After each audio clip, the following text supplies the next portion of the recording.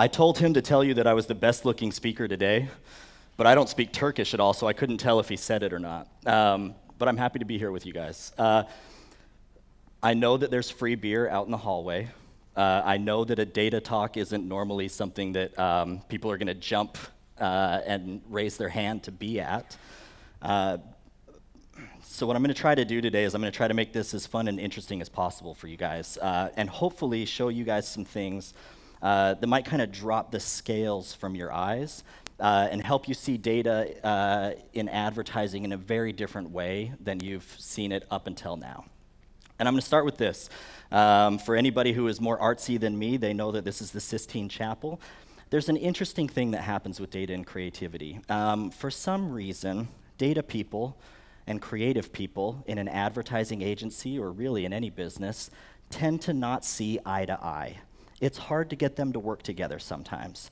In fact, in some cases, they almost end up becoming enemies. It's a terribly sad thing that that happens. Let me tell you one of the reasons why. I can only imagine, I have no artistic capability at all, literally zero. But I can only imagine if I had laid on my back for 4 years, painting the Sistine Chapel, and as soon as I put the last brush strokes on my masterpiece that I had spent so much time and effort and blood and sweat on, if I got down from the scaffolding, rubbed my back, and then immediately some nerd walked in with glasses on and said, oh, if you change this color blue, you'll get more eyeballs over here. Or, oh, you should round the corners on these cherubs. I would want to kill that guy, kill him. But for some reason, that is exactly what we do in advertising. Most of the time, the data people are brought in and made part of the creative process after a campaign, after any work has launched. That's the stupidest thing in the world. Of course, data and creative people are going to be enemies. But I'll have you know this as well. It's not so great necessarily for the data person either. This is the absolute bane of my existence right now. This is what absolutely drives me nuts. Now, data is a big topic in advertising right now. If you go read the industry magazines, if you if you are clients, you know that your bosses are asking for it. If you work at an agency, you know that your clients are asking for it. But if you look at everything that people are talking about and everything that people are doing with data in advertising, you'll notice that all of it, or 99% of it, boils down to the exact same thing. It's one of these three things, 99% of what's being done right now. Either we're targeting and personalizing advertisements, or we're talking about ROI and attribution modeling, or it's some kind of audience segmentation. Can I tell you how boring that is? I don't want to sit in front of a spreadsheet all day and do these things. So to that end, and for that reason, at TBWA we've tried to push beyond just the strategic use and the media use of data. And one of the breakthroughs that we've had recently is taking the data and getting it directly involved in the creative work. Not just in the strategy, not just making the insights better or knowing what the message is or getting the media in the right place, but we are plugging the data directly into the creative work. And there's three main ways that we're doing that, and I'm going to start here kind of simple to hard. I'm going to start simple and then just build up a little bit more complex. The first main way that we're taking data and we're making it useful directly in the creative, we're liberating it from strategy, is the data itself, more and more nowadays, is becoming creative content. Now, let me give you some examples. This is for QuickBooks. QuickBooks is the largest small business accounting software in the world, okay? On their website, they have exactly what you would expect for content, tutorials, blogs, all these kinds of things, trying to empower and help their small business owner customers. But what they didn't have was anything useful directly to the customers that gave them information that they wouldn't have otherwise. So we created this. All we did is we pulled in from the public databases around small business loans all of that publicly available data and information and made it easy to look at and interactive and fun to play around with. And then we put it up on our client's website. Now, Anybody, all of their small business owners that our client is trying to empower can come onto the website, and their number one question, if you're a small business owner, in this case in the United States, but we've done this globally, their number one question is, how can I get a loan from the government to start my business? They have no idea how much to apply for in the loan. They have no idea what's likely to get accepted or what's likely to get rejected. So our small business owners come to the website now and click around on this content. They'll spend 7 to 10 minutes just on this content. The visits to the Intuit QuickBooks website have doubled since uploading this content. Data itself becoming creative content. But it's not always just this direct data stuff. We can also have a little more fun with it and get a little more abstract and ethereal. So when we were launching a car, in this case for Infiniti, the Q50, it's a driver's car. It's a fun driver's car to drive, but also a luxury car, of course. So we wanted to get that across. So what we did is we put brainwave readers, that I believe is the technical term, on drivers driving an Infiniti Q50 when we launched it. And we measured the excitement center of the brain. Then we took all of that raw data from the drivers and we dumped that raw excitement brainwave data into an audio synthesizer. When you do that, a track comes out, a song comes out that you can actually listen to, and you can actually hear what the excitement that people have in their brains when they're driving this Infiniti car. But we didn't stop there. We went to the Dubai fountains. If you're not familiar, it's like the Bellagio fountains in Las Vegas, but it's Dubai, so 10 times bigger than anywhere else in the world, right? And we visualized that raw brainwave data at the fountains. So the fountains were showing the raw excitement brainwave data while this audio track was playing for a unique experience for people thinking about buying an Infiniti that they couldn't have otherwise. Data itself becoming the creative content. Now, this is something we did for a mortgage broker, in this case in Belgium. We had the insight that when you are deciding on buying a house and thinking about getting a mortgage, at least half, if not more than half, of the decision about what house you'll buy is not about the house itself, it's about the neighborhood that the house is in. So we pulled all of the data and information that we could about all the different neighborhoods in Belgium that one could choose to live in. We put it up on our mortgage broker's website. We made it fun and easy to interact around and play with, but we also made it useful. For example, you could type in your occupation, if you were a baker, let's say. You could type that in, and it would pull from Yelp, Foursquare, Google Maps, and a few other sources, and combine that data with census data to figure out if the people in that neighborhood already were saturated with good access to a good bakery, or if they needed a bakery. It would help you decide if you could set up your own occupation or your own bakery in the neighborhood you were going to live in, for example, is one of the things you could use it for. Then the cool thing, and this part has nothing to do with data, then we partnered with Airbnb and made it so that anybody who was thinking about moving to a given neighborhood could spend a night in that neighborhood and actually see how it is. And you use the data to figure out where you want to be, and then we partner with a cool client in order to make it real where people can experience it. But it doesn't always have to be so complicated or interactive charts and graphs type stuff. So this is the easiest thing in the world, but it's for a mobile client in Thailand in this case. Our mobile client was trying to get across that their broadband speeds, their cell phone speeds, were 10 times that of their competitors. So in order to communicate that, we put a giant fan in the middle of a busy city center in Bangkok. And then when you walked up to that fan, it would recognize your phone and that you were standing there, and a little button would pop up on your phone that would say, do you want to test your speed? It would run a very normal, regular speed test that all of us have run on our computer or our phone sometime. But then, if you had 5 megabits per second of mobile broadband speed, it would blow 5 miles per hour of wind in your face. If you were one of our AIS customers and you had 50 megabits per second, it would blow a hurricane in your face, basically, right?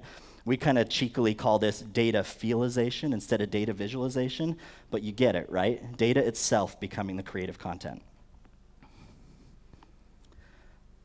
Sometimes we can even take boring, old, stodgy KPIs, the things that nobody wants to talk about, and we can turn those into the creative platform. When PlayStation was launching what they were claiming was the scariest video game ever made, we decided to test it for the creative content. So we put people in a glass cylinder and did kind of a modified polygraph test to measure how scared they were when they were playing the game.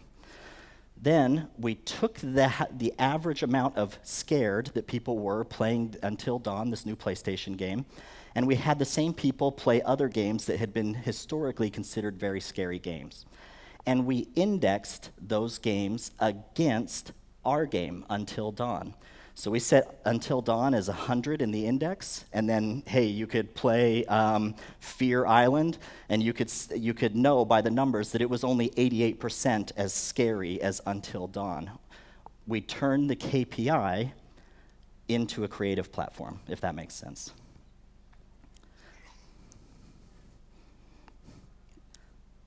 This clicker's slow, my friends.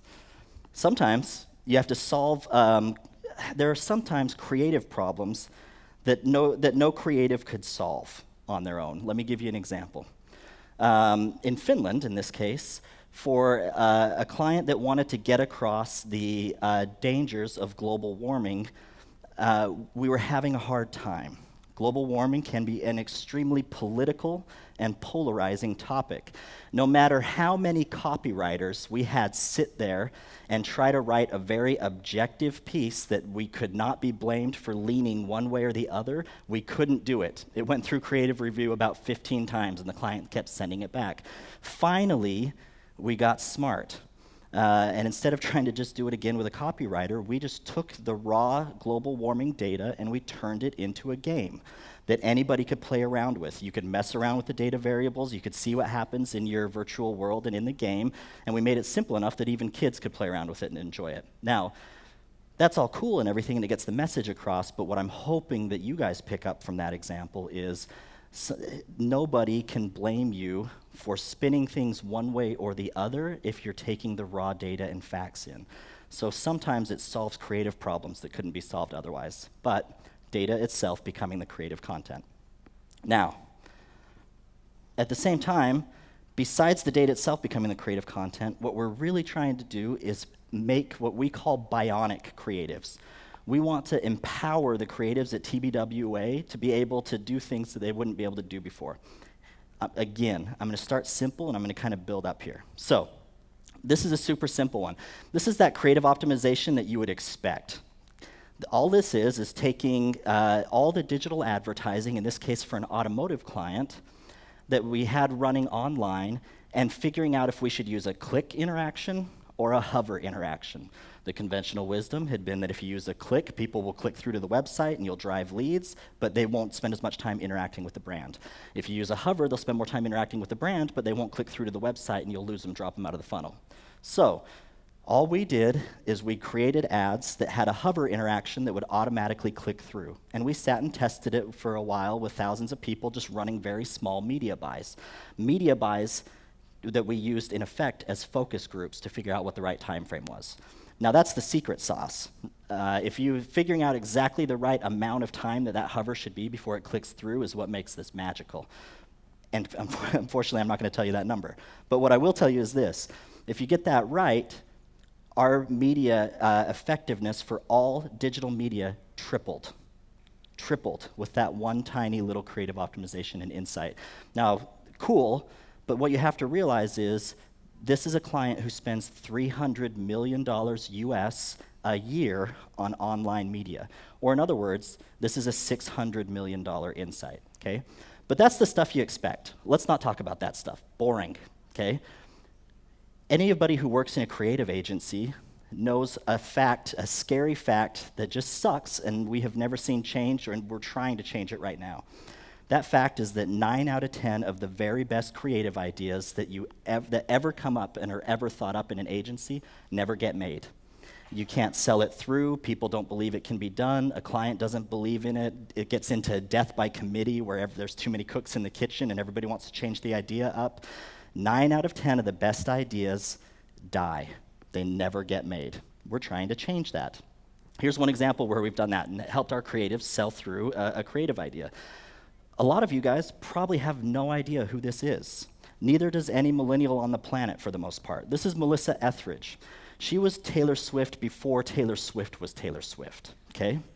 We had a client who was based in the south of the United States in the country music capital of the world. 60-year-old white guy, right? Like a lot of the clients that we deal with globally are.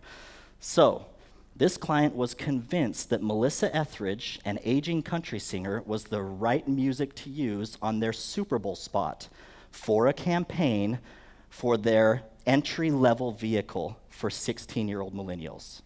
Convinced. Can you imagine the creatives hitting the wall, having to use Melissa Etheridge in a Super Bowl spot? This lively debate went back and forth 2 weeks, right? You can imagine the reviews with client and the creative reviews. Now, when a data person found out about this, it took 5 minutes to go to Spotify, pull the demographics of everyone who listens to Melissa Etheridge, and then pull the demographics of the 4 or 5 hip up-and-coming bands that the creatives wanted to use and drop that in front of client. As soon as we did that, that decision was changed in 5 minutes, right? Using data to make bionic creatives, in this case, selling through creative ideas.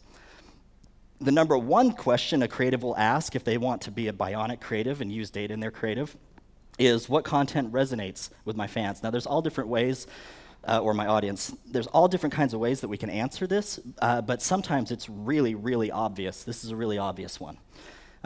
This is before Tesla. This is 4 or 5 years ago, this example. Now, before Tesla launched their self-driving cars and took all the PR and had everybody talking about them, Infiniti had launched a vehicle where the lane-keeping assist and the cruise control were so good that you could take it on the freeway, put it on automatic drive, and jump in the back seat and watch the car drive itself. You shouldn't do this, but people did do this for hours on end. And they uploaded those videos to YouTube. And those videos got millions of hits. Now, we're running the data all the time on what people are saying and doing and relating to with our brands. So that flagged very quickly when we have millions of hits, in this case, in an Infiniti car on YouTube. So it made it very easy to walk into the creatives and say, hey guys, I know some creative content that would really resonate well with your audience. Sure enough, it was super easy to make they made a 30-second online video. The whole thing was the car driving around this crazy stunt course, and then the very last 3 seconds, the last thing in the video, the car pulled up next to a big rig tractor trailer, and the window rolled down, and the stunt driver jumped in. And you realize the twist that the car had been driving itself the whole time. There wasn't a stunt driver in it. The most engaging and organically viewed and shared piece of content for Infiniti that year, right? Helping make bionic creatives with the data. Now, for some of us guys, well, I'm going to start somewhere else with this one. A retail client, in this case in Western Europe, Hornbach. It's the Home Depot or the local hardware store that is most widespread in Western Europe. They wanted to launch a campaign talking to their do-it-yourself customers. Not all their customers, just customers who are likely to do a lot of do-it-yourself projects. Now, we could look in Simmons and ComScore and MRI and try to pull in all the data and get insights about those customers, and we did, but there wasn't anything great there to use. So we had another thought. Well, wait a second. These guys have stores all over Europe. They have a do-it-yourself aisle, and they have cameras on those aisles. Why don't we pull in all the security camera footage of those aisles and watch it and use that to get a good idea and get insight into our audience that we wouldn't otherwise have, which we did. Turns out, almost 40% of the do-it-yourself audience for Heldenkrantz is bald, right? And so Heldenkrantz in German, for anybody who doesn't speak German like myself, means crown of glory, okay? We made it cool to have this crown of glory that us bald guys get. That won a bunch of effectiveness awards this year because it was content that definitely was going to resonate with the audience. Using data creatively to help empower the creatives. This is the last example. I'll give you this. Maybe. There we go. In some cases, we are building AI creative brainstorming tools. This is something we did out of one of our Brazil offices. What we did is we built a tool that pulls in trends, audience insights, real-time cultural data, and data around conversation online from our clients, and combines it together to generate what-if questions. So what happens is you might type in something, and this is the part where I'll always embarrass myself because I'm going to try to come up with something creative on the fly here. But you might type in older millennials that we want to speak to, and it will do all the trend work, and it will go, well, okay, nostalgia is a trend amongst older millennials. They want to feel that nostalgia. And VR is something that's generating a lot of PR. So what if you were able to induce nostalgia in older millennials using VR? That's the kind of what-if questions it will kick out to help creatives think laterally and brainstorm around any given problem. And then it gets them thinking, well, okay, my friend used to have that Nissan in high school, and the CD player was in a weird place, and it'd be really cool if I could like sit back in that thing again, and we could play the same songs again, or I could see the evolution of the interior of a Nissan. Those are helping creatives think in an angle they wouldn't have done otherwise. This video, by the way, that video was taking all of the junior creatives and putting them against all the senior creatives and having them doing a double-blind study where the junior creatives were using the tool and the senior creatives weren't, and then having people judge the work. Obviously, I wouldn't be showing you the video if the junior creatives with the tool hadn't won, right? Now, data itself becoming the creative content, data making bionic creatives, cool. But the stuff that has us tap dancing to work right now as data people at TBWA is this. The final thing that we're doing is we are using data to unlock creative executions that could not be done otherwise and or have never been done before. Let me give you some examples. So, Oscars. Big cultural moment that a lot of brands want to get involved with, especially in the Western Hemisphere. But the Oscars are just like the Super Bowl. If you've ever participated in a Super Bowl campaign, you have to pay to play. You have to be a paying sponsor to even mention the Oscars on the night of the Oscars. They have lawyers waiting at hand. Well, Airbnb wanted to participate in this moment and generate a bunch of conversation.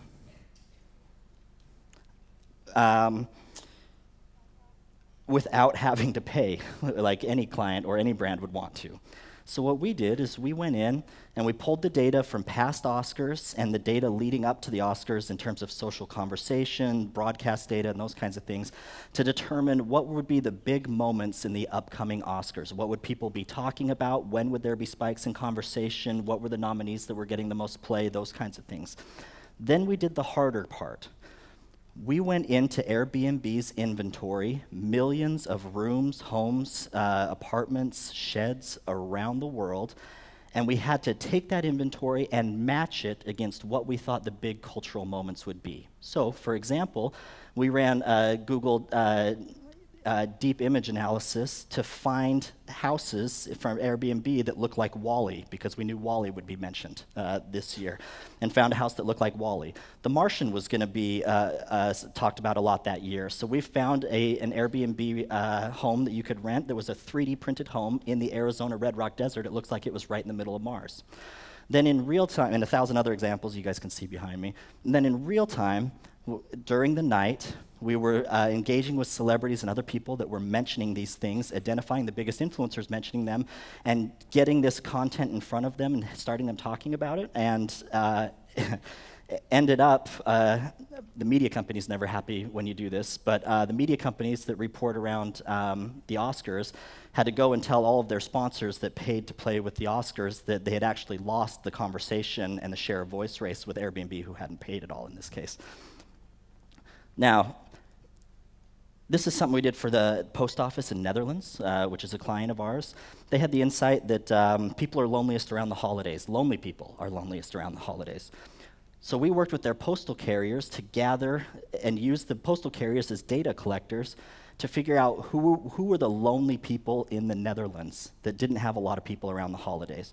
Postal carriers would create a list. Then we would run data work to figure out what letters they had received, were they from business or personal stuff, and weed out anybody who might, they just live in the Netherlands for 6 months a year and then they're gone, or those kinds of things, to get to a list of people that we had a pretty good understanding that, and they had a pretty good chance of them being lonely people around the holidays. Then we worked with the post office to create a special data stamp that we could send a letter and you could put this data stamp on it, and you didn't have to put an address on it. It would just automatically get routed to one of these lonely people in the lonely database. Then we engaged with all of the Netherlands and had people write handwritten cards and letters to a lonely person, encouraged them to drop them in the mail with this special stamp that was free, and made the holidays better for a lot of people around the Netherlands, a creative execution that couldn't be done otherwise. Now this is in Tokyo. In Tokyo, it is the hardest place to run. I am not a runner, if you couldn't tell. But if you are a long distance or endurance runner, Tokyo is one of the worst cities in the world. The traffic patterns do not abate. There are more stoplights in Tokyo than any other city in the world, and the streets are tighter and closer together. And there's less sidewalks per street than most other major metropolitan cities. So the creatives were wondering if for an Adidas store that we were launching and opening in Tokyo, if we could run a marathon in the middle of downtown Tokyo. So we went in and pulled all of the street light data for every street light in Tokyo.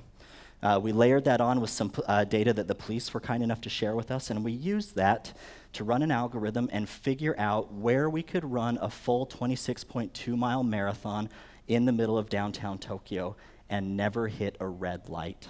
So it would tell you what direction to turn, it would tell you what pace you needed to be at, and then we ran that marathon. And people had armbands on that in real time told them if they needed to speed up or slow down, if they had made a wrong turn, and if you hit a red light, you were eliminated from the race. This is something we did for Nissan in Europe, where they are a UEFA soccer sponsor. We had the insight, first of all, that this same audience that was interested in UEFA soccer and a certain Nissan vehicle that we wanted to promote, their next big love after soccer was video games. And so the creatives wanted to find a way to link video games and soccer together for this audience. What we did is we went and plugged into the diagnostic port on a Nissan vehicle. That diagnostic port is kicking out 2 million lines of data per second of everything that's happening and going on in the car. We parsed that data so that we could turn the car into a PlayStation video game controller. So you could play FIFA soccer, or in Pro Evolution Soccer in this case, using the car. You would turn the steering wheel left and right to control your guy, you would stomp on the gas to shoot, you'd stomp on the brake to pass, you'd flip the blinker to lob the ball, and turn the car into a PlayStation controller, doing something, a creative execution that you couldn't do otherwise, unlocked with the data. Last example I'll give you before they kick me off stage here. Again, a simple one. This one in Amsterdam for McDonald's. We can look at the data and have a pretty good guess of when it's going to hit above 90 degrees Fahrenheit in Amsterdam. Hint, that only happens generally once or twice a year in Amsterdam, okay? We know what day it's going to be, generally, and we can plan ahead of that. And then we can look at the data real time to know if it's going to hit on any given day. So then what we did is we worked with our client McDonald's, and we took McFlurry cups, shake ice cream cups from McDonald's, and we put them in a billboard behind a glass pane. And that glass pane was attached to a temperature trigger sensor. And then as soon as it hit 90 degrees, the billboard would open up, and everybody lingering around could grab a McFlurry cup and walk across the street into the McDonald's and get a free McFlurry. Easy, easy execution, but let me point something out to you that may not otherwise be immediately obvious. We did an out-of-home billboard, quote-unquote, execution that drove more awareness than a billboard that would have sat there all year, but we only had to pay for the billboard for 1 day. And the creative production was zero. It was McFlurry cups, unlocking creative executions that couldn't be done otherwise. So that's all the time that they'll let me bark at you guys today. Hopefully it's been useful. Hopefully I've done a little bit here today to take you out of that mindset of targeting, personalization, audience segmentation, ROI and attribution stuff, and hopefully the next time you're sitting with a data person at an agency, or if you're a client and you're working with data people, you'll say, hey, forget all that stuff. Let's focus on how we can get the data directly into the creative work. Thanks, guys. Appreciate it.